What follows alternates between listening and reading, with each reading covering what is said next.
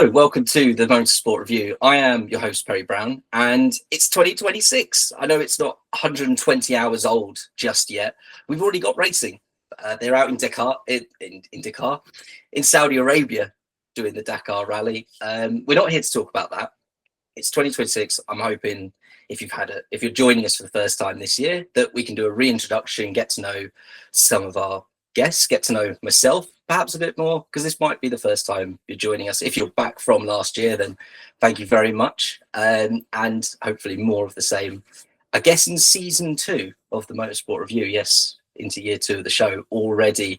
And joining me tonight, I've got 2 of my favorite guests that join me semi-regularly.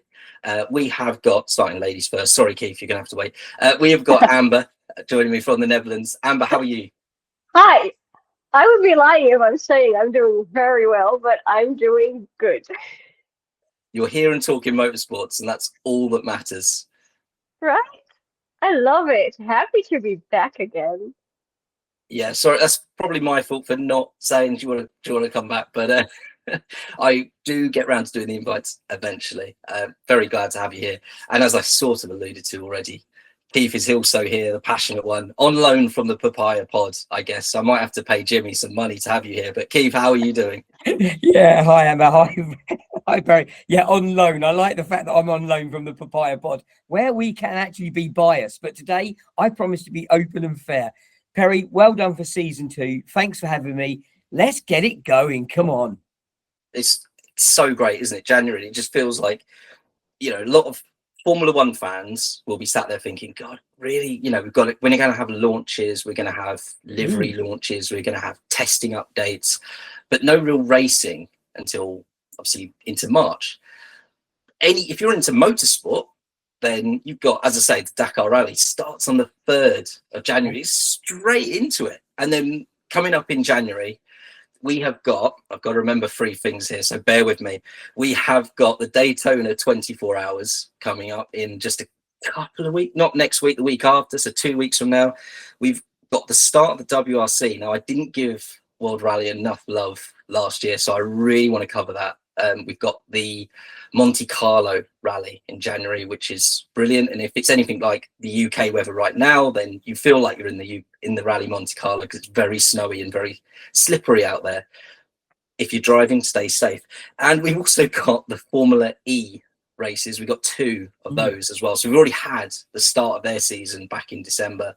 Coming up this weekend, we've got the Mexico E-Prix, and I think at the end of the month, it's the Miami E-Prix. So January, already racing going on. And if you're new to the Motorsport Review, you're thinking, well, why the hell are these people not talking about Formula One? And that's because this podcast is about all forms of motorsport and all walks of life. So we try to talk about motorsports that we're already passionate about and try and share them with you guys. We might pull people in and I might say, right, Amber, this week you're watching motorboats, and she goes, what? I've never watched them before. And I go, well, I don't care, let's give it a go.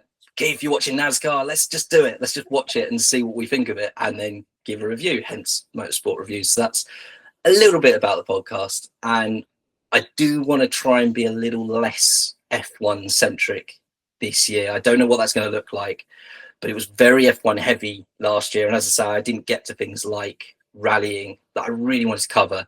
So we'll see what that takes shape of in season 2. Well, but Perry, more importantly, Perry, I want to take you on an IndyCar journey as well, as you know I do. You know that I want to take you IndyCar racing with me, as well as the NASCAR racing as well. Because as you said, this is about all the motorsports that we've got going in. Let's not forget, in March sees our first IndyCar race as well. So, it's not long after January, February, where we really get stuck back in, teeth into all of our, really great series. They're all great, but we get to see those ones that we follow more often. So you're coming on IndyCar racing, remember? You promised, you've got to keep it going. Well, I do watch IndyCar as and when I can. It's great that it's on Sky Sports in the UK and we can watch it. But yeah, I do need to come to America to actually watch one. So Keith, if you're paying, I'm right there. And you heard it here on the podcast. Keith's taking me. He said taking you. As in, I'm paying for you to go to America. So, yeah, just let me know the details and we'll be over there. So, so as I say, I want to do this as a bit of a reintroduction. I've reintroduced the podcast itself, and I've got two of my favourite guests. So I'm going to go to them now and get them to introduce themselves and talk a little bit about why they're here. I mean, it's a great start. Why on earth they're recording with me for upwards of 5 people? So we're going to start again with Amber, of course. Hi, Amber. Welcome to the podcast. You came on a few times last year, mainly to talk about the Le Mans 24 Hours, and that's because on Threads you posted saying, "I'm into endurance racing. Why aren't people talking about endurance racing?" I said, "Hello, come and talk about endurance racing." So Yeah. that's why you're here. So tell us a little bit about yourself. Endurance racing, is that your main follow? But what else? What other motorsport series do you really keep up to date with? What motorsport series don't I keep up with? No, I have loved GT racing for a long time. That's how I got into motorsport. DTM. I'm Dutch, and DTM is German, so we're close to each other. And that got me into endurance racing, of course. And now I'm fully into the GT Porsche Cups, the DTM still, of course. But I have, just like you said, last year was very F1 heavy, and I felt myself losing a bit of touch with Formula One last year, although it was a great season. So this year I might need to get back into that because Formula One's still amazing, but I have so many racing series to follow. I just don't have time in my weekends. That's the right answer. I think it's the perfect answer, having too much racing to follow. Yeah, I mean, talking about Formula One 2026, I think is going to be a great season. We might find come Australia that one team's got a bit of a brawn on their hands and it's suddenly a second quicker than the next best car.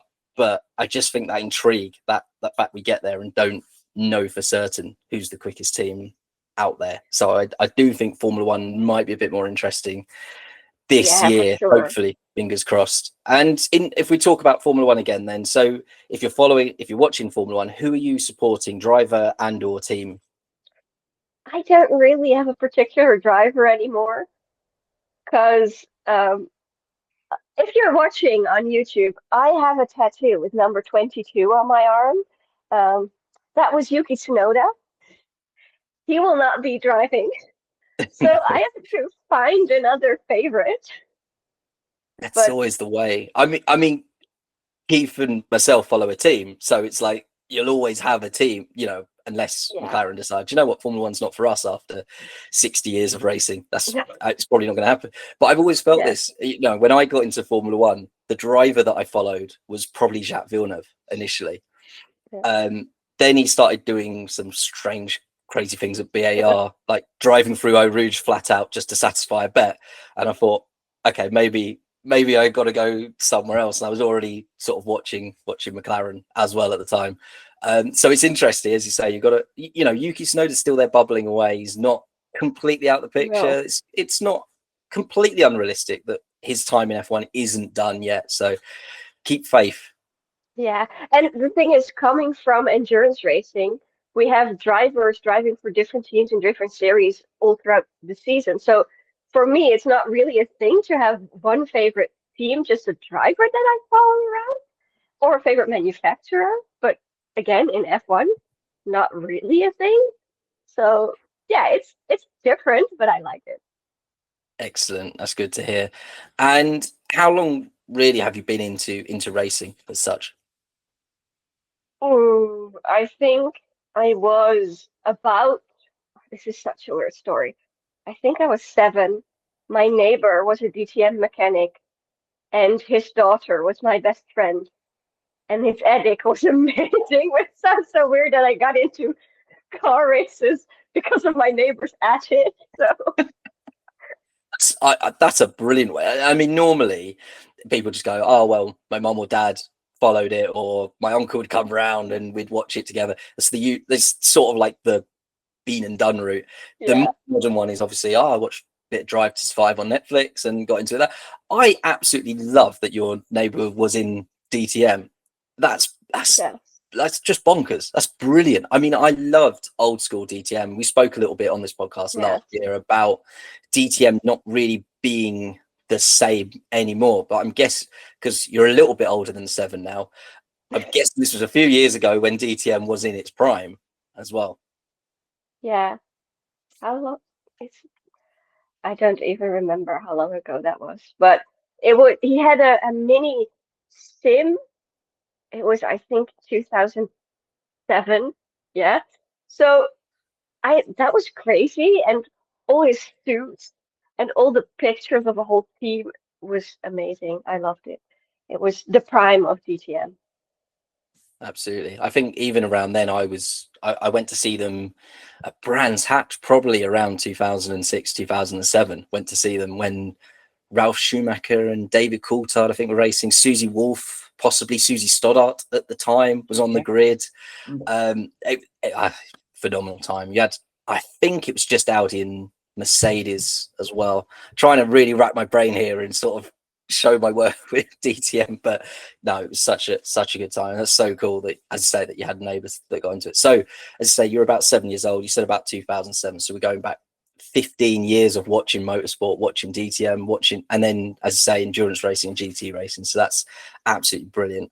I asked you 3 questions before we came on today. The basis for this was like snog, marry, avoid, but I don't like avoid. It's quite negative, and I thought, well, how can I reword it? So it's more like snog, marry, have a one night romance with. Yeah, if you didn't get that from the questions, don't worry, because they were veiled very, very thinly. So the snog question was, I asked you, what series would you like to learn more about in 2026? You kind of alluded to Formula One, but was that your answer to this question? No, it is Okay. actually something else. Okay, far away. MotoGP. MotoGP. Yes. Oh, I brilliant. I do watch it every now and then if I have time, and it's free on the German TV.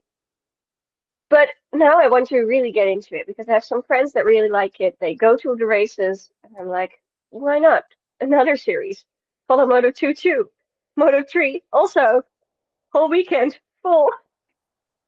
And of course, it's just come under the Liberty Media umbrella as well. It's kind of like the Formula Yeah. One for motorbikes. We covered it because I started this with Ray, of course, and she was very into MotoGP. And I said, look, that's going to be the one where I want to learn more about.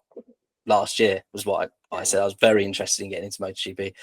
I watched one of the races and I was like, yeah, I'm right there. And I unfortunately sort of fell off the radar again for me. You know, I saw the results. I saw like the brilliant story of like Marc Marquez getting back on a bike, getting back in on a Ducati, and just blitzing the field. And then especially the fact that it's his younger brother that he was like racing against, and his story coming up through. So MotoGP, that's a brilliant season to be a brilliant series. Sorry, but what I wanted to sort of do is, because your answer was MotoGP, is now sort of look ahead to the 2026 season. And as you say, you want to learn a bit more. Keith, is MotoGP something you follow as well? You're nodding vigorously. Oh yeah. Yeah, I love a bit of MotoGP. I love superbikes, British superbikes. If it's got a wheels and it's got an engine, you just know I'm watching it. Obviously, going right back to my youth, Cole Fogarty was my absolute hero on World Superbikes. And of course, Valentino Rossi was always going to be, you know, number 46 was always going to be very close to my heart as a GP rider. Yeah, so used to ride myself extremely fast, extremely stupidly around tracks. But yeah, it is definitely something that I love and will continue to watch. Excellent. Yeah, I'm going to try again. I'm going to try and follow it closely this year. I know that I believe Marc Marquez actually had a fall towards the end of the year. He didn't finish the season, so I think that's going to be one of the big stories. Can you get back on a bike and back into that form that you finished 2025 in? And just would he do it before the start of the season? And Amber, that's one of the things. If you haven't watched motorbike racing before, these guys are insane. There's no other way of putting it. They will fall off a bike, break their leg on a Saturday, and they'll say, do you know what, whatever you need to do, if I'm on crutches, I'm in a wheelchair up to my bike, somehow get me onto the bike on a Sunday and I'll just ride it. I don't care. If I come off again, then so be it. I'll just break my leg again. They're just absolutely insane. Yeah, I love it. I have watched couple of races before. My family doesn't like car racing, but they like motor racing. So I've always been the odd one out. So now it's going to be all in.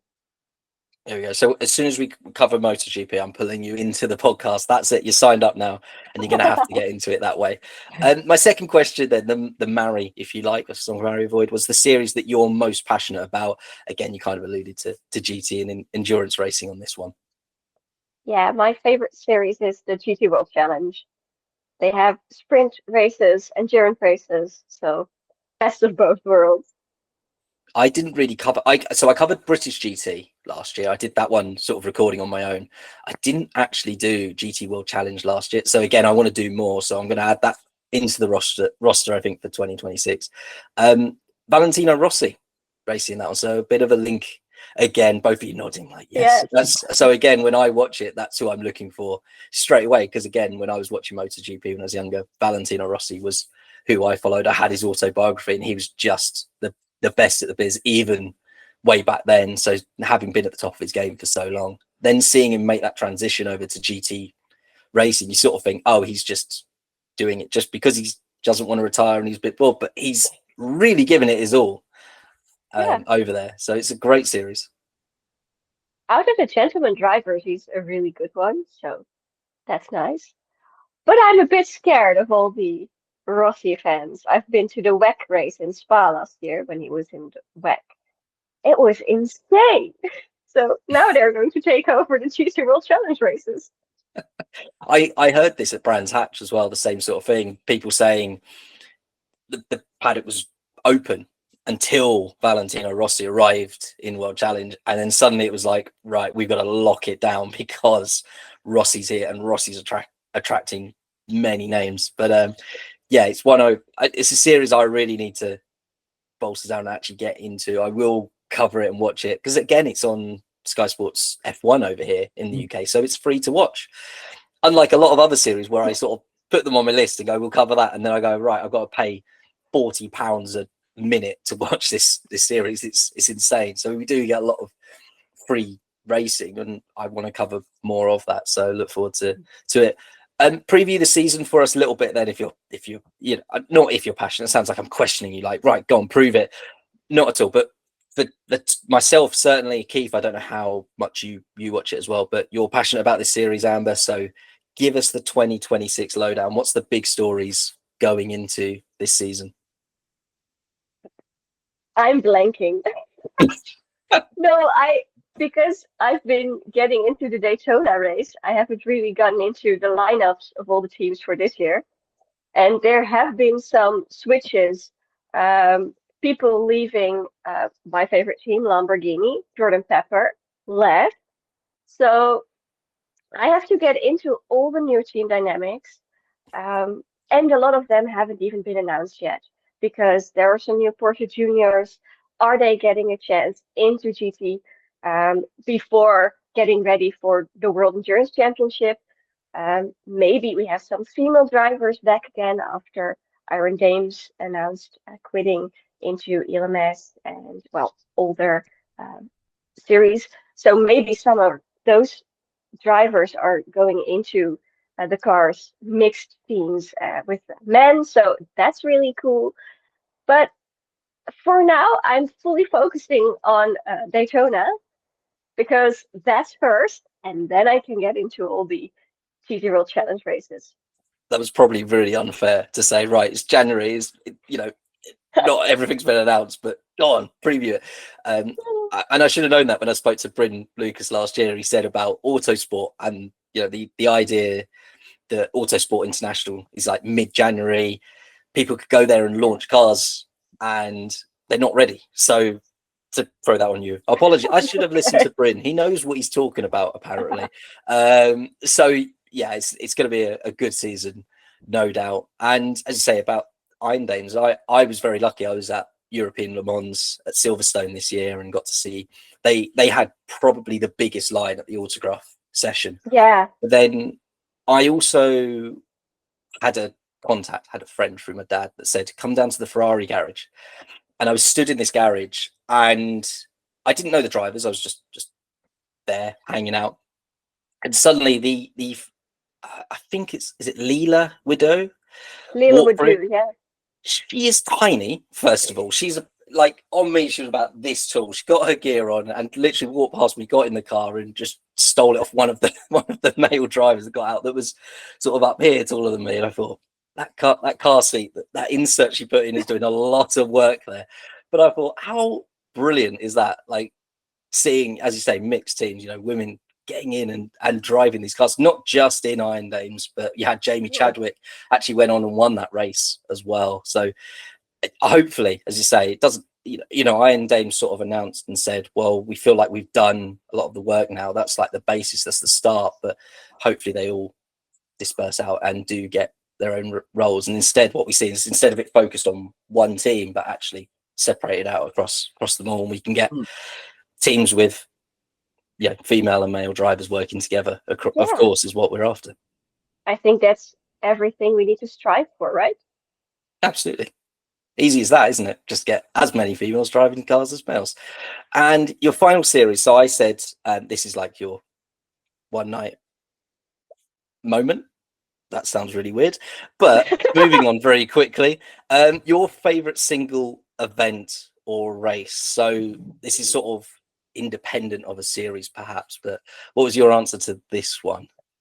So I might be a bit biased because I went to this race this year. It was on my birthday. I won one of my favorite drivers' racing gloves. It's the 24 hours of Spa-Francorchamps, and now Oh, he's and they're there driving as well. Oh, they are at the Max Verstappen team. excellent. Oh, that's fantastic. For those that are watching, trying to describe, you've got some Puma AMG gloves in a little display case brilliantly as well, and a little driver card, is that, like, sort of showing exactly where they're from, all signed, all written on as well. That is phenomenal. That's incredible. I love that. It was insane. It's from Jules Gounon, amazing driver, also in DTM, drives for Alpine in WEC, although I'm not sure if he's doing that this year. So it was amazing. And I just love the race because it's 24 hours. The Spa circuit is amazing. So many great moments, and my favorite team won. What more can you ask for? Brilliant. Yeah. So as I say, last year you previewed and reviewed the 24 hours of me. You're speaking a lot already about the Daytona 24. So you seem to be someone that's just 24 hours is not enough racing. It's not enough racing to fit in just one day. You can't get enough of 24-hour races. I mean, I love that. Like, before last year didn't really, I'd sort of duck in and out, but I thought, how could anyone sit and watch this? So go on, answer that. So then 24 hours, how do you, like, what's the strategy for watching a 24-hour race? Are you thinking, I need to watch the start, I want to watch the finish? Or are you thinking, no, I'm just going to sit with all my I was going to say Monster energy drinks, but Relentless, Red Bull, they're all available. Other energy drinks are available. We don't get sponsored by one, but what's the strategy for watching a 24-hour race? Lots of energy drinks, lots of snacks. I always try to plan my day so that I don't have to go anywhere. Sometimes I need to watch when I'm out, and that's not fun. I just stay in bed, get comfy. I play it on TV, on my phone. I have an iPad so I can follow all the different angles, maybe some onboards, and just try and follow as much of the race as I can. And even when I'm sleeping, I can still listen to the race because even though subconsciously I might follow it, maybe in my dreams I'm driving in the car myself. So I just go full in. Um, and that's why I love the 24-hour, 12-hour races so much because it's so much more than racing alone and the driver alone. It's teamwork, it's the mechanics, it's luck, it's weather, it's strategy. And although in short races you have that too, but it plays such a big part in endurance races. Yeah, it really is. I couldn't believe how much of 24 hours is actually racing. I always thought it was like 23 hours of getting to the last hour and then racing, and then you watch something like 24 and the Le Mans 24 hours, sorry, and it is so much more than that, isn't it? It is just like flat out. Nowadays, it's less about getting to the finish. It's more about you still got to be quick throughout, or you're just a lap down at the finish and you're not gonna have a chance. But we've seen a fair amount of heartbreak as well in such races. So you still have to have that reliability. It has to last 24 hours and not 23 hours and a half. So yeah, I do love that aspect. And I watched a lot of the Daytona 24, obviously reviewed it last year, watched a lot of it last year, and as you say, you just have it on all the time. Even the Le Mans 24, which wasn't free to watch, a lot of the teams have onboard cameras that they stream for the 24 hours on YouTube. So it's very interesting to sort of go that route as well. There's just so many different ways. And even Formula One, slightly unrelated, but on the topic of watching races in an unusual way, was people watching the Las Vegas Grand Prix through the live webcams, traffic cameras that they have around Las Vegas. You just tune in and watch the race through those. So fantastic. Thank you very much for that. I will come to you, Keith, very quickly, but we have had join us, Louis has joined us a little bit later than the rest. Yes, if you want new listeners, you have news, you want to get more listeners to your podcast, you get more speakers. So this is the most people now that we've ever had recording on a session. So welcome all. But Louis, how are you doing? You well, sir? Yeah, first things first, I apologize for the delay from all of you guys. That was my bad. I wasn't able to say earlier that I might be running a little bit late. I was out with my mom. But yeah, I'm doing wonderful. Thanks for asking. It's great to meet all of you guys finally to do a recording all together. And it seems like the chat was really lively prior for me to coming in. I'll most likely see when the episode come out, the preferences and opinions from both Keith and hers. So let's see if I'm gonna be kind of a troll on the comments. I was going to say you haven't met Amber. We did that before with Amber and Keith, like Amber, Keith, Amber, and we didn't do that with Louis. So Amber meets Louis live on air. Brilliant. This is what podcasting is about, I'm sure. So, but yeah, I've done a brief introduction with these guys, Louis. So it'd be only fair to do one with yourself as well. You were one of the first supporters, I think. People like Keith I was talking to before I even went live, and he was saying, "No, just do it. Just you'll be fine. Just do it. Just launch." Once I launched, I thought, right, I need to get more people. And you were one of the first that was in the YouTube comments, following, subscribing. And I thought, okay, this guy gets it. And I said, well, come and record. Like, don't just listen. You sound like you're involved. So Louis, firstly, thank you so much for being that very early supporter to the podcast. But also, yeah, let's hear a little bit about who you are and what racing you like as a brief introduction. As brief as we can humanly can, because that's kind of tough. When we start talking, the passion comes through and we just let it all out. It's really hard to dial it in and just straight online, but let me give this a shot. So I have no idea how the others did. So if it's completely off topic, I apologize for everybody. This is going to be atrocious. That's your disadvantage for being fashionably late. Yeah, I'm reasonably almost 40 minutes late, so I apologize. Well, I started watching racing probably when I was 3 to 4 years old. And the very first thing I watched was the Brickyard 400 on a recap on almost 2 hours on TV. And I started to see all the drivers coming by and started to process like, how do I recognize everybody? Everybody's so bright. There's so many colors. I wasn't understanding anything until I saw one car, and that was the car that hooked me to everything. It was a 24 rainbow color Jeff Gordon's DuPont car. That was the thing that hooked me into racing. And straight after that, ironically enough, when the recap ended, I just switched the channel and it was the 2006 Turkish Grand Prix. That's when I became hooked in Formula One as well. As a kid, just playing around on the channels. I remember to this day the exact lap and moment it was. It was lap 7, and Felipe Massa was in the lead, going to the I think it's a quadruple apex on turn 8 at Turkey. I saw him.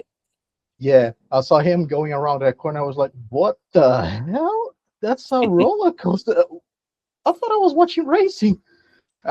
As little recognition a 4-year-old could have a television. So I watched the whole race after that, and I just became addicted to it. And the racing series I probably follow the most, with the most I'm impetuous gonna. and religiously follow, would be the World Endurance Championship, MotoGP, and Formula One. There you go. Amber's looking up. Yeah, right. Because she's said those answers in different guises, of course. But yeah, we'll get to your answers to the questions in a minute. We've Amber's answered. We'll get to your answers in a second. I'm going to give Keith the floor. He's been sitting very patiently there, waiting for Amber. And then just before Amber finishes Let the answering, he's maestro thinking, talk. right, I get to talk now. Louis then showed up and I said, oh, give us a brief introduction. So, I'm Keith, thank you so very much for sorry. sitting there, I'm being so very. sorry for being an asshole. No not at all. worries, no But worries. let's go to Keith. Keith, thank you very much for being patient. No As I worries. say, let's get a bit of your background. How long have you been a fan of motorsport? Well, now you're asking the questions, because this is where my granddad of anything like race car comes in, because I'm the oldest one in the room, and I've been actively following motorsports for over 50 years. I started as a very, very young man. I live right next door to Brands Hatch, so I've always had that racing pedigree there. Mum and Dad introduced me to racing, but the biggest one I can remember, my real love of racing, came when James Hunt decided to join in the racing, and he drove for McLaren. And I think to me, he was like every young boy's hero. He was sort of like the role model. I suppose it was that kind of one that we look up to today. You know, we were talking about different race drivers, from motorcycles to coming into cars, etc. And yeah, I suppose he was my first idol, so there's that one. Yeah, so 50 plus years. I'm not going to tell you exactly how many, because it will show me age. As the second oldest here, thank you very much for taking that baton on. But Is anybody gonna comment that his idol is the freakiest playboy in the world?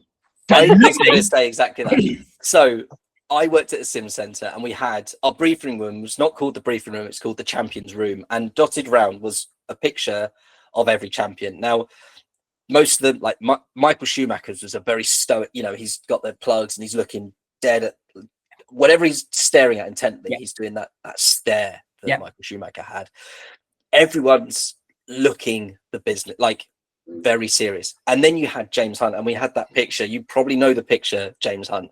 He sat there. He's got the laurel wreath around his neck. He's sat on the side of his McLaren. I don't smoke, kids. If you're listening, don't smoke. But he had a cigarette in one hand, because that's what you do when you're next to a car full of petrol. And in the other hand, he had a tin of beer. Oh, also, kids, don't drink too much alcohol. A tin of beer and his girlfriend next to him. Just that was it. That was it. I've just won the race. So what? Now I'm enjoying life. And I just thought, that's the guy. That's the man. That's why F1. That's where it came from. What it used to be. Just like, Does not turn ask up. his motivations. Well, that Does was never ask his motivations. it was men in garage. that was my motivation. I hate to be a bit Yeah. say men. It unfortunately was just Yeah. men in garages at the time. It was a gentleman's sport, and they would just show up on a Sunday, race what they had been tinkering with all week, them and their 4 or 5 pit crew, and just run like a gentleman's club. I'm very glad that it's now like teams of like 1,000 people, with men and women all tinkering with the cars and all driving the cars and all involved and managing the cars in various guises. But to think where it's come from to where it is, that's just a sort of lovely picture, if you like, that you, as I say, you followed it from James Hunt all the way through its many guises up to where it is now. Yeah, so watching James in the 1970s, come on, let's be honest, we weren't exactly politically correct back in the 1970s. 2 of you in the room are probably not old enough to remember that. But, the thing is, it was fantastic. He was a British driver. He was driving the McLaren. He was driving fast. What young boy didn't want to aspire to be James Hunt? He had all the girls. He had all the glory. Yeah, that was there's my hero worship coming out. Yeah, and Let's be if real. people weren't already aware, you're a McLaren fan, so I wasn't even going to ask the question, but I feel that as it's an introduction episode, we should cover that you're a bit passionate about McLaren, even more than me, Louis, who's giggling in the background. Yeah, I'm completely unbiased. So yeah, My ass. let's go My with it. ass is unbiased. So I will definitely say that I am papaya biased. I am an Thank you. avid Love follower it. of Honest. F1, the McLaren team. The Arrow McLaren team from America had me over there last year for the Indy 500, and I got to meet Pato and his granddad and do all those amazing things.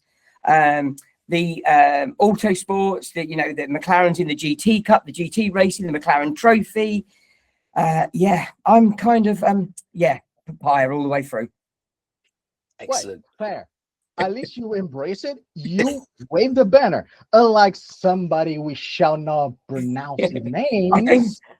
With the view behind me, I'm not sure I can actually deny my passion for everything papaya. Yeah. I've only got 3 McLaren hats and a McLaren Formula E. I mean, it could support anyone really. Let me just alter the camera for a couple of seconds for those viewers that want to see. So that's just a few of them. Wow. That is I just was going to a few say of them. that's not That is even only brushing. a minuscule amount of my cats from McLaren. Damn. A minuscule? Yeah. Yeah. I'm over If 100. you've seen the collection, Keith Nice. has a few hats. The only Man thing of many I have in caps. regards to Formula One is a freaking Ferrari T312 right over there on my stand. I gained when I was 3. Let me take this. Well, I still have my McLaren Lego in the box that I have to make. So Oh, that's a cracker. The McLaren Lego in the box. You've got to do it. Get it out that box. Come on, you've got to do it. I've got them all. You can't see them, but they're beside me. If I can turn that way, I've got the P1. I've got them all in there. They're all built. All the McLaren Legos are there. So I'm not sponsored by Lego, but I'd like to be. Yeah, Lego, if you're listening. Lego. You should be sponsored by McLaren. I'm very jealous of the P1. I've got the McLaren F1 and the McLaren 1988 Senna. Not that I'm a McLaren fan, obviously, but I have got those 2 McLaren cars as well. So, Keith, I gave you the same 3 questions. So, first question was the series you would most like to learn about or more about in 2026. Well, it's funny you should say that because it's going to be very much like Amber, bless her heart, and thank you for leading me into this, because it's actually the GT racing, because I do love the McLaren Cup that they've now got running independently, and I love GT racing. But what I want to learn more about, Perry, is the difference between the GT2s, 3s and the 4s, because we know that the 2s are starting to show up again. They're a lot more power, not so much downforce, so different driving styles. But also it's more about the Gold, the Pro-Ams, the Ams, and how they're moving around this year. And again, I'll go back to what Amber said, they're not giving out who's driving yet, because some of them are still going for their super licenses, etc., to make sure they can change category. But I am following a very, very talented young man called Zach Meakin. He's a fantastic guy that's in the McLaren pool of drivers, and he's a GT driver. And he did a couple of world ones last year, as well as domestic series ones. So, yeah, he kind of dragged me through into the GT racing, because it's a passion, it's racing, and we can look at those cars and almost say, I could have one similar to that if I could afford a Porsche GT3S, of course, but One day you'll get there. That's brilliant. So MotoGP, we'll pull you in as the expert, and we'll get Amber in to learn more about it. And GT racing, we'll pull Amber in as the expert. Louis, you're out. Sounds like Amber, you're coming in as the expert, and Keith can learn more about it. And I'll just pretend I know everything about everything, but actually really just learning a bit about both. So brilliant. So there we go. We'll get that. That's something to look forward to in 2026. That's brilliant. GT racing. I honestly thought you were, because you've been to Brands Hatch a few times. That answer did surprise me when you said, I want to learn more about GT racing. So hopefully, if you listen to if you're busy, you're not busy in between your other podcast requirements, and you want to listen to the Motorsport Review as well, you might learn a thing or two about GT racing too. Absolutely. The next question was the series you are most passionate about. I know you're divided between 2 on this one. Suppose, I am really, because I watch them both with real passion, and when they clash, I have to have 2 screens on. And yes, I am that sad, ladies and gents. I have 2 screens on watching, because it's going to be it's going to be F1 and IndyCar. They've both got a very special place in my heart for racing. I follow them with both a passion. It's just a fantastic series, and so similar but so different. So similar but so different. And they're, again, open wheel racing. You've got that competitiveness, that speed. Yeah, so I'm stuck. Sorry, Perry, I can't give you definitive on that one. I'm going to have to go 50-50 or phone a friend on that one. No, that's perfect. I mean, the only thing that disappoints me slightly this year that they've done, and it used to be like a yearly fixture that you'd have Monaco Sunday, the same as the Indy 500. You could watch the Monaco Grand Prix, get your nap out the way, because that evening you're going to watch some real racing. Because you know, the Monaco Grand Prix, let's be honest, most disappointing race every year on the calendar, and then people are surprised that they can't overtake. It's a showcase race. 5 meter long cars at it's Monaco. A sponsor showcase, isn't it? Let's be honest. It is. Unless it's the one race a year Ferrari show up at and actually put on a race at the moment. But then you watch the Indy 500, and they are just dicing away. And honestly, the first time I watched the Indy 500 was Alonso taking part, 2017, I think. And I was like ready, thinking, I'm gonna have my second nap of the day watching this series, because I honestly thought oval racing was you get the fastest cars at the front and then they just drive off into the distance, and I was so surprised, so pleasantly surprised. Rookies, but that is the first misunderstanding you can have about oval racing, especially IndyCar. Nothing is decided until the last millimeter of a second. Ladies and gentlemen, that's why you follow the Motorsport podcast, because on the Motorsport review we give everything a go and then go, how wrong was I? So IndyCar is a brilliant answer to that, as well as obviously F1, of course. So so there we go, most passionate about those. And your favorite single event or race? And again, I was surprised. I thought this was where the Indy 500 would show up, hence we've spoken a little bit about it now, because I know your answer is not. No, it wasn't the Indy 500, even though I've been there in person and actually participated in it. It is a spectacular event to attend. It really is. But I'm going to go with endurance, not Spa. I'm going to Le Mans. It's a place where I've been a couple of times for the Le Mans 24-hour. The atmosphere is just electric. Trying to watch racing at 3 o'clock in the morning when my eyes are trying to close, and watching when the sun rises and the mistakes start to happen and the garage comes to life. There's something about the Le Mans 24 that makes it so special. Can't guarantee the weather. In fact, you're going to see all weathers during Le Mans. You're going to see them all. We see some fantastic names driving. We see some fantastic names spinning out and others taking their place. And of course, we've got the hypercars, the LMP2s, we've got the GTs. They're all in each other's way, all having their own races, which just makes it carnage, and I love it. We spoke a bit about it, Amber, when we reviewed it, and said how a few years ago you had basically Toyota racing against themselves, seeing how they could do. Even though now, how much we wanted you look at the to field. win something. Pardon, Louis. Sorry. Even though we wanted somebody to step up to them, it was Rebellion for a while, then it was Alpine, and we hoped Glickenhaus would do something, but unfortunately, no. I mean, it was hoping, so as you say, that someone would step forward, and then suddenly, I can't remember the first team that basically said, "Well, we'll give it a go." Maybe Porsche, and then suddenly you've got McLaren. You've got Porsche left is when Toyota dominated everything.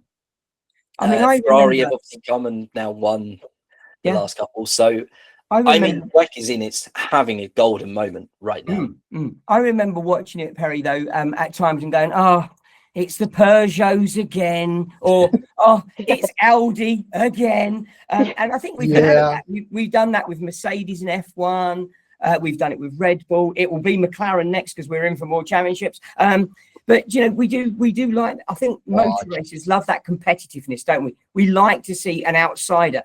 I've got a Ferrari fan that lives in my home. Okay, so I have to bow down to them occasionally because otherwise she just won't make dinner for me, will she? But you know, I loved watching those Ferraris taking it to the Toyotas and then the Porsches sticking it in the mix. And then, of course, a year or so back, just out of nowhere, let's put a NASCAR in there and see how that does. Yes. That was so awesome. How good did that sound going around that track?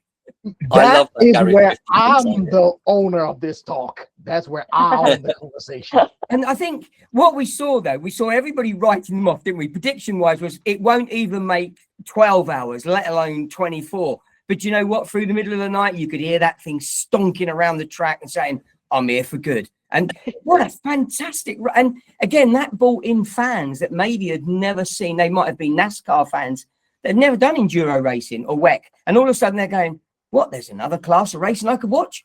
So I wonder if that's why Cadillac suddenly turned up and said, "Do you know what? We can put a thundering V8 going around this track as well." I mean, that sound of that thing. There was a video they put out of it coming out the pit lane. Yeah. And it's got the electric motors going out the pit lane, and then it suddenly goes like that. And you're like, oh my god, it's just I was in Interlagos and the S of Senas when they raced the first time here for the 6 hours of Sao Paulo. And Jesus Christ, every time there was the Cadillac, everybody was silent. You didn't hear a thing. And when the Cadillac came, everybody stood up from the grandstands and everybody started clapping when the car came around, and it was cheers. I've got to agree.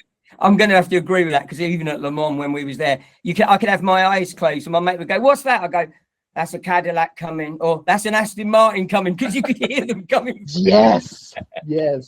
I was going to say the Aston Martin as well. Adding a V12 into the Symphony, it's such a great sound. I love the Valkyrie, but man, the caddy takes him to school. The caddy just takes him to school. Yeah. So it does. Yeah. So Le Mans 24. So you were surprised then, Perry, to find out that it wasn't a Formula One race, that it was actually an endurance race or an IndyCar race. No, as I say, I thought 100% it's going to be the Indy 500, having been there last year and seeing that. And then, as I say, saying, it was a single event. It's very hard to pick, but I don't think I'd pick any F1 race. I mean, I might answer these questions in a bit, but I'm going to get to Louis now to answer these 3 questions. And I haven't thought about mine. I've asked you all to think about it, and then forgot that I might need to answer at the end. So, Louis, I'm going to jump straight in. Series you would most like to learn about in 2026, if you will. Man, that would be the World Rally Championship. Excellent answer. Again, you weren't here at the start when I said almost how sorry I am that Motorsport Review did not really cover rally so much last year. We did the Dakar right at the start. Maybe that's what drew you in. I don't know, because you were writing from the start. And then we didn't cover rally at all last year. And I was so gutted. The amount of times where I thought, it's the rally of Japan this weekend. I'll cover it. Oh, there's an F1 race. Oh, we'll cover the rally of Corsica or whatever it was on, and it was always something else. And so this year I am absolutely adamant I will cover WRC, and we will learn more about it together, because I want to get back into that as well. The one thing I'm most eager to see is how the WRC 27 rules for the Rally 1 category gonna be implemented for next year. It's kind of like the LMH and LMDH rules for the WRC for next year. And man, I didn't see much of the World Rally Championship this year, but what I saw legitimately left me crushed, because Sébastien Ogier retired from full-time rally in 2021, and he just won a championship as a part-time rally driver. How the hell did he do that? Yeah, I mean, I think it was last year. Someone was telling me as well that apparently it was like on the last day he wasn't set to be champion, and it was literally the last super special stage. Amber's nodding. Amber's like, our relative, excellent. Welcome back in, our WRC expert, because you nodded your head because you know all about this. No, it's because I watched one race and it was the last one. And it's the one that literally pop up everywhere. I'm not kidding, Perry. If you never saw WRC anywhere, the last race, the last event of the World Rally Championship just pop up everywhere. Every single super stage started to pop up. Every single time it was either Craig Bryan, it was either Sébastien Ogier, or it was the, Jesus Christ, I forgot his name. It was Caleb. Either one of them was popping up as the top of the timing sheets, and it was just coming over and over and over again on my feeds through Instagram, Facebook threads. It was just coming up. I was like, what the hell is going on? Yeah.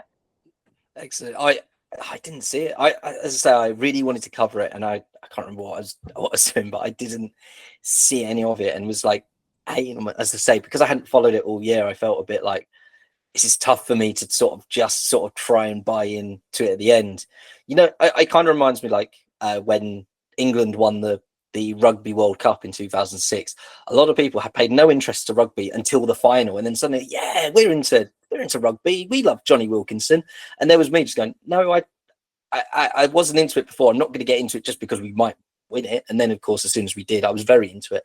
But it kind of felt like that. I felt like a bit of a fake fan. If I just suddenly went, do you know what, I'm just going to suddenly be interested. No, I'll attack it next year as a fully fledged.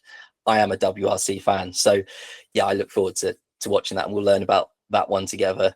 I'll have to I find was- someone who's a WRC expert. I think I've got one because I spoke to him about the Dakar last year. I think he's a bit of a rally fan. I'll message him, and he'll be our rally expert to guide us through that, me and you, Louis, when it does come back. So my second question Yes, to you, take Amber as well.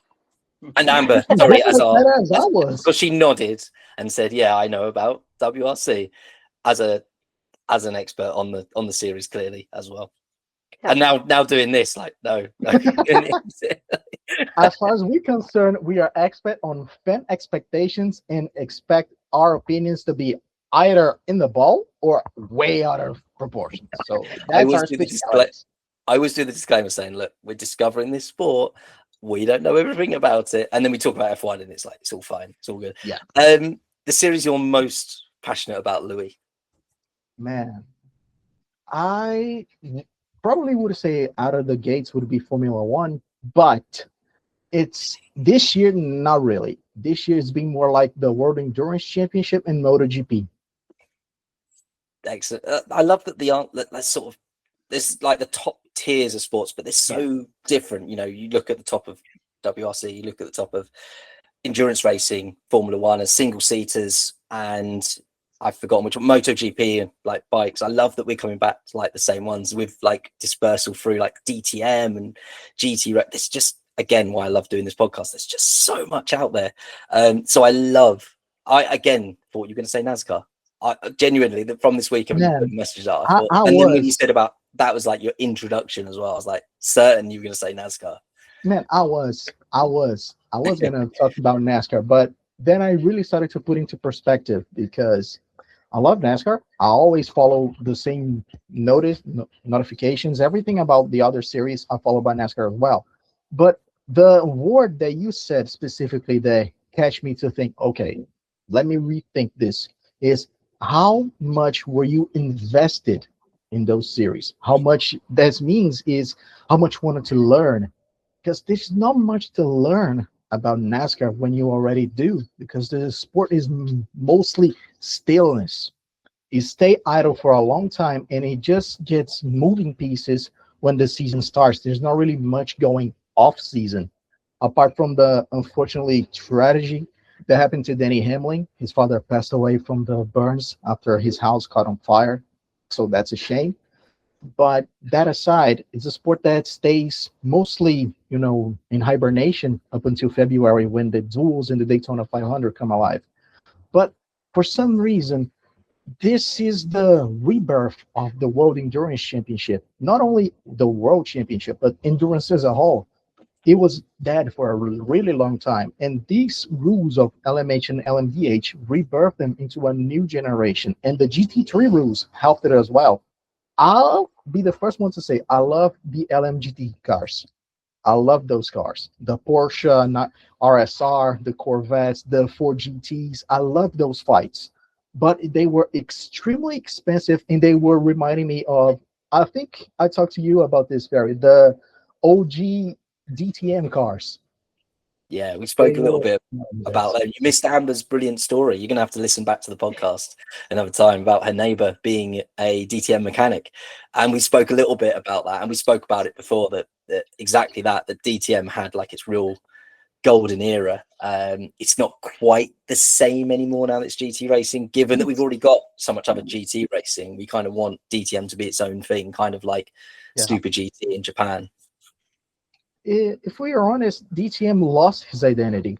It's not much the German touring championship for all the juggernauts of their region to fight for. So BMW, Porsche, Audi, them fighting in-house to see who's the better manufacturer. That was lost when it became a GT championship, a real GP championship. I'll have to link back to that episode. Me and Andy spoke about this. I think it was like, what is GT, what is touring cars, and really went in more in depth than I thought we would for what was going to be a supercars review. And then suddenly I said, do you know what? I can't watch supercars. He said, not supercars, sorry, Super GT. I was like, struggling to watch it. What should we talk about? Well, let's just talk about touring cars and GT racing as a whole. So yeah, it's really interesting you picked up on WEC in general as well, because as you say, like I'm looking at Keith here at this point, Ferrari winning for so long has supposedly, is what I choose to believe, has spurred both Ford have said, "Do you know what, I'm coming back," and then McLaren about a few months later. Because we spoke last year when Ford announced their return, we said, "Come on, Zach, bring McLaren back," and it's exactly what's happened. So, Yep. Again, just to reiterate, WEC is in its golden era. So I love that you've picked that answer, Louis. We've spoken a lot of love for WEC, and we will. I think Amber's smiling at this because we will cover the 24 hours again this year. I'm going to try and stay awake and watch more of it. I'm currently on a streak of 4 or 5 consecutive years watching the whole 24 hours, integrating all the 24 hours. I'm on a 5-year streak, and I don't plan to stop anytime soon. And this year, I finally achieved my goal of watching all 4 24-hour races. The 24 hours of Nürburgring, the 24 hours of Spa, the 24 hours of Daytona, and the 24 hours of Le Mans. I watched all 4 of those, and it's awesome. Excellent. Yeah, we got coming up the Daytona 24. I'd like to review that again if I can this year. And as I say, we definitely 100% are back to the Triple Crown. We will of course do the Le Mans 24 hours. But right now, I want your favorite single event or race, please, Louis. Man, compared to our companions in here, I haven't been to much events in regards to racing. The only real racing event I ever attended to was the inaugural Formula E Grand Prix here in Sao Paulo and the return to the World Endurance Championships in Interlagos. But I'll say the event that impacted me the most, it was nothing regards to racing. It was a tribute event. It was a Senna festival for fans in 2019 on a park that they shut down the whole park and the whole main avenues. And they just brought historical cars from Senna's. So the Tolman was there, the Lotus were there. They had a Williams in display. They had a few McLarens. They couldn't run because they just bought the shells, not the cars. But they were there. They had the Renault E20 from 2013. They had the Mercedes W09. So they had multiple cars, drift shows, and that event as a whole, it was captivated me the most. It was full of passionate fans. Everybody was having a good time. And man, I think I got there like 4 in the morning. The event didn't start up until 11 or midday.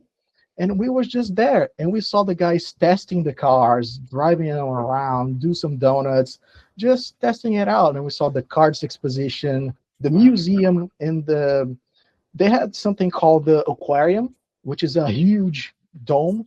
And inside, it was just a museum on time. You had trophies from Senna, his fire suits, the cars, his helmets, his story, everything. And his teammates, a few depositions. It was an event that really stuck with me. And that's the thing that marked me. And ironically enough, that was my graduation gift from my mother. Oh, that's a brilliant story right there. I love you picked. When I said event, I didn't know someone would come up with like an event like that. That's fantastic, isn't it? What a fantastic event to even get to go to say you've been there. I mean, that's on a lot. That would have been on a lot of people's bucket lists. So well done, you buddy, for actually getting there and participating. And that's memories you're never going to let go of. Absolutely. And I bust a eardrum because of that freaking Renault. It's so freaking loud, man. It's so freaking loud.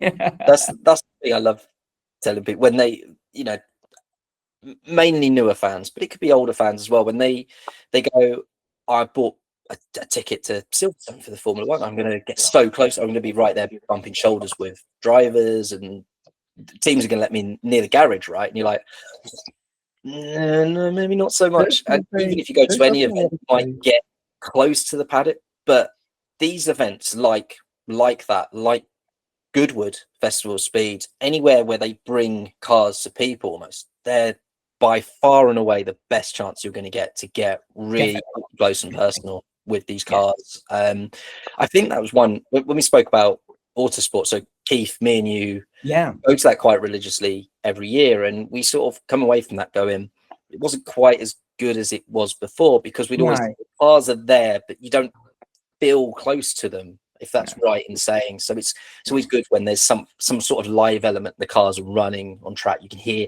the smell of them as well. Is what you go there for, the full experience, every sense being absolutely. And you just remember me as well. In the event, there was a few guys making cosplay, so it was a guy passing around that looked like Kimi Räikkönen, and everybody was starting to scream, saying, "Yo, Kimi, be our president!" And just there was a guy that looked like Fernando Alonso, and was like, "Yo, Fernando, come here, bitch!" Yeah, but that's again, that's part of it. Key, I don't remember anyone at Autosport walking around in cosplay. No, those last few times we went, Perry, you're absolutely right. We were getting more and more distance. The only person we could get next to, ironically, was Matt Armstrong, who's the car builder that builds up all the trashed cars. He was about the only real person there was to talk to. But now on the flip side of that, if you ever get yourselves to Indy, and you're able to go to the Indy 500, if you buy your bronze badge, it's a few extra dollars. It's not a lot of money compared to F1. Honestly, it's really not. But do you know what? You actually do get to meet the drivers. There's sign-ins, there's autograph sessions, but they're walking around the back. And if as long as they're not rushing somewhere, they'll stop for a photograph. I mean, I did try and stop Kyle Larson. And it was like, Kyle, because of being a NASCAR fan as well, it was like, Kyle, he went, I'll get you on the way back, but I've got to go to the loo. I was like, too much information, but I'll wait here. And he did, nice. And he came back and he went, I told you I'll be back, and he signed my cap. Do you know what I mean? So the guy was true to his word. That's really cool. They bring the racing to the people, and they bring the people to the racing. What they've not done is set their drivers up as gods that you mustn't get near. There's not that security wrapped around them. If they're walking past you, they will absolutely high five you, give you a photograph. I'll very quickly let you know, as you know, Perry, and I won't keep talking. I wanted to have a photograph done with Pato. I really did. I've watched him since he's come into IndyCar, been a passionate fan. But being a wheelchair user, I really wanted to have a stand-up photograph with Pato. I didn't want him leaning down. So I put my hands on the barrier to stand up. Pato came around the barrier and helped me stand up out of my wheelchair, gave my phone to somebody, said, take a photograph for us, please. Now, come on. Come on. Can you get any better than that? Nah. No. That's so good, isn't it? These guys are real. And they haven't forgotten it's their fans that have made them who they are. And they've not lost that touch. So, yeah. So our Formula One fans, unfortunately, our drivers, they're a little bit out of touch for us. For us menials who haven't got a hospitality pass. Man, yeah. I mean, one shout I would get, this is my parents' story, not mine, but they were at Goodwood one year. Ralph Schumacher was doing just going along. And they basically, he had a guy from Toyota, that's who's driving the car, saying, Ralph, come on, you got to actually do something. You got to drive a car. And he's signing stuff, and he went, car goes nowhere without me, and just carried on signing stuff. When you're at Goodwood, they are totally, even like Lando, they are completely off guard. They are different drivers. Yeah. They're more relaxed. And yeah, they do get told off for signing and not being where they're meant to be. I think it's fantastic for the fans. The only one, and because I was so excited for Stoffel Van Dorn to get into Formula One, I was so excited to go to Goodwood when he was there, and he was the only one who got out the car, was stood there with his engineer like it was about to go up a race. And I shouted over the barrier because I was next to his car, like, Stoffel, and he sort of looked across and went, well, okay, he's said my name and he's got a pen and paper. He signed it, and I said, good luck in GP2 or Formula 2 at the time. I said, good luck. And he just sort of went, yeah, okay, thank you. And the next person next to me went, Stoffel, and he was already back, talking back to his engineers. He's the only person. He's one example of someone that was a bit like, standoffish.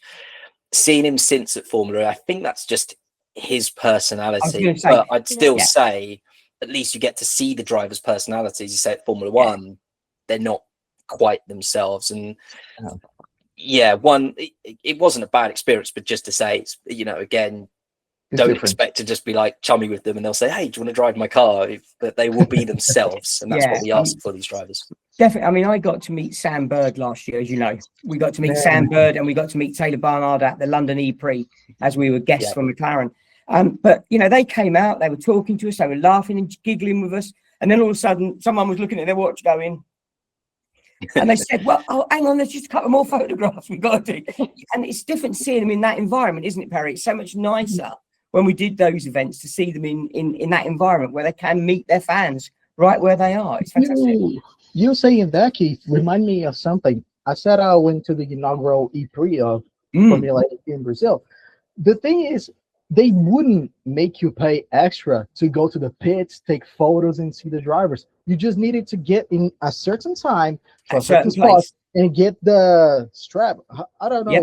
For me, it was just a little strap Wristband. they put Yep, on my Yeah. on my arm, and we went there. And funny enough, you said that Rene Rast, he was doing an interview, and as soon as he ended, he saw me like in the corner near the fences. He just said, "Can you move aside the camera, please?" And he just moved closer, and he said, "Take a picture." He said, "Take a picture." And I took a picture with him, and he just like, "Thank you, sorry for disturbing your time." He said that to me. Well, I've got a Some of these signed drivers, Rene cap sitting right here. This is a signed Rene cap sitting right here. the second time this Rene is episode that someone great. showed signed stuff, so I better add to that. I've got my hat signed by the I don't have a memorabilia sign, but I have I have a quizzle that I gained from Formula E, which there's the signatures from Jake Dennis, Yeah. from Da Costa, Vern, Van Dorn. It has from Buemi, and let me see, it's right here. Look, we can do a show and tell. We need to do a show and tell one, Perry, where we all come on with, and you know, someone's got a race suit and a helmet, so we've lost already. But yeah, yeah, someone might have a full race suit and helmet. But yeah, yes. so again, though, collecting that memorabilia, that's part of our passion, isn't it? It's if you can meet a driver and have something signed, how much is that actually worth? I know they go out and shop. Yeah, I got Sam. But I got Sam and Mitch as well. To me, if I that get a signature cap as well. signed, it's for me. It's not for sale. It's for No. me, and it's to me. It technically, it's priceless.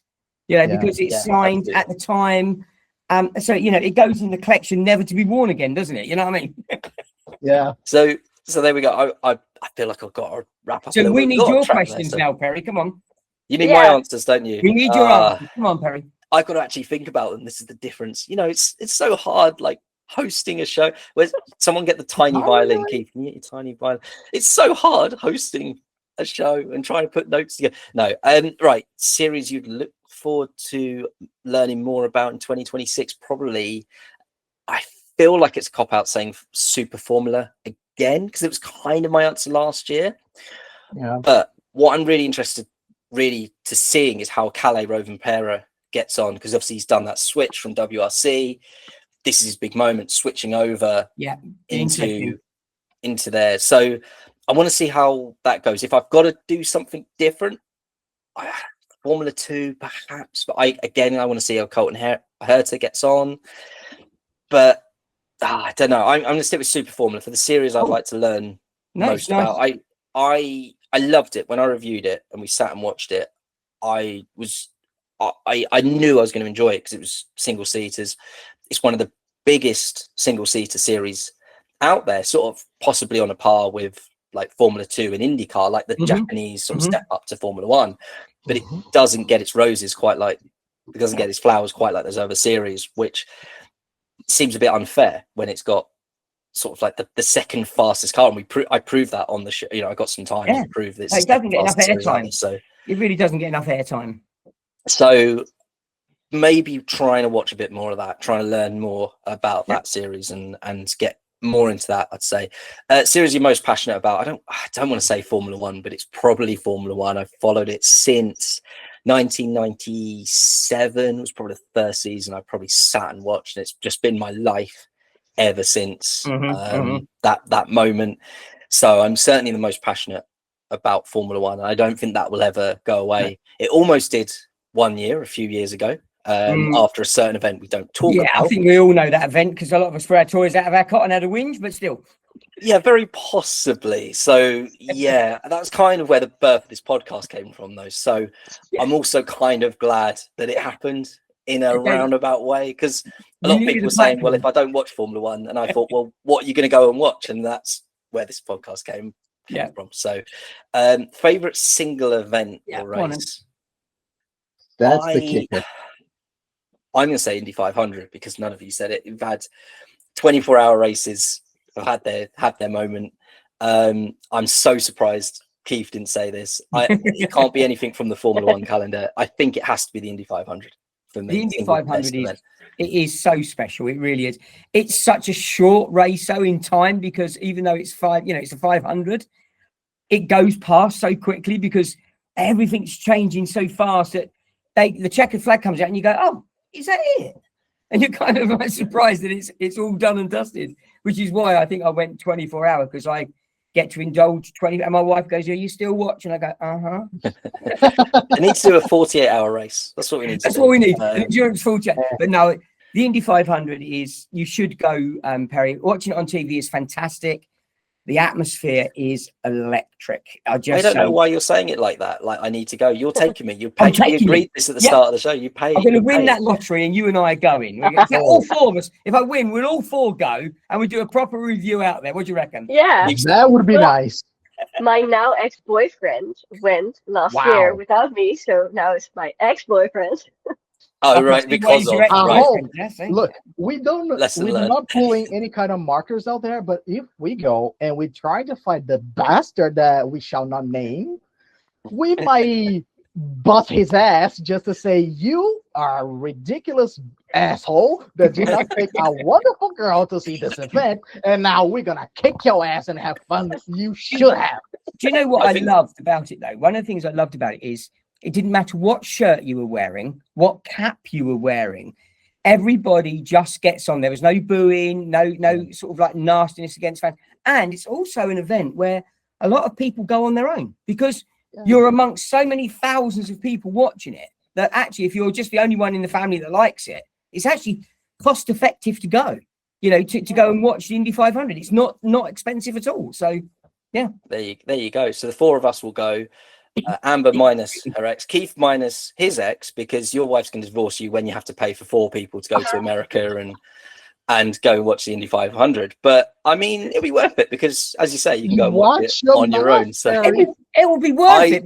It'll be I worth love his it. wife, and I'm not ribbing her for being a Ferrari fan. So I'm actually in her good books rather than suggesting that paying for things is. Keith's wife is not hooked on social media. If she finds out this podcast and hear this, you straight up going to the court for a divorce. She is so used to me abusing her for being a Ferrari fan, so that's okay. Yeah.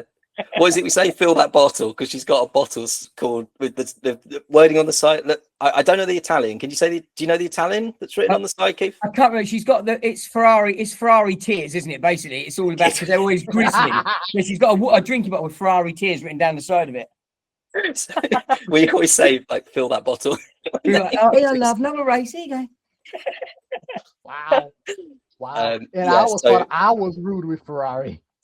Sorry, Keith's wife, if you're listening, I'm very sorry. No, you're not. No, you're not. You're the one who said the provocation. It's gonna happen in a divorce. It's your fault. No one else. Your fault. Do you know what? It's January. Ferrari fans are currently happy because it's their year again. Currently, nope, it's at not. least for like 4 more weeks, and then the tears, and it's next year instead. They're working on. Ferrari fans are already on Plan G. They're all right. They're getting there. Plan G? G so far. You mean Plan Z? A-Z-Z. Yeah. So anyway, Ferrari fans, sorry. If this is the first time you listen to the podcast, because this was meant to be an introduction episode, and already by the end of it, we're ribbing on Ferrari. Ferrari fan, please listen.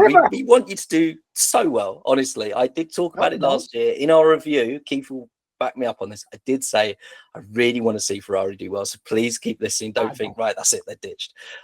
If this is the first time listening, then welcome. Thank you for staying with us this long, because I think we're well over an hour. I'm getting hoarse because I've recorded beyond my 8 o'clock deadline by a bit.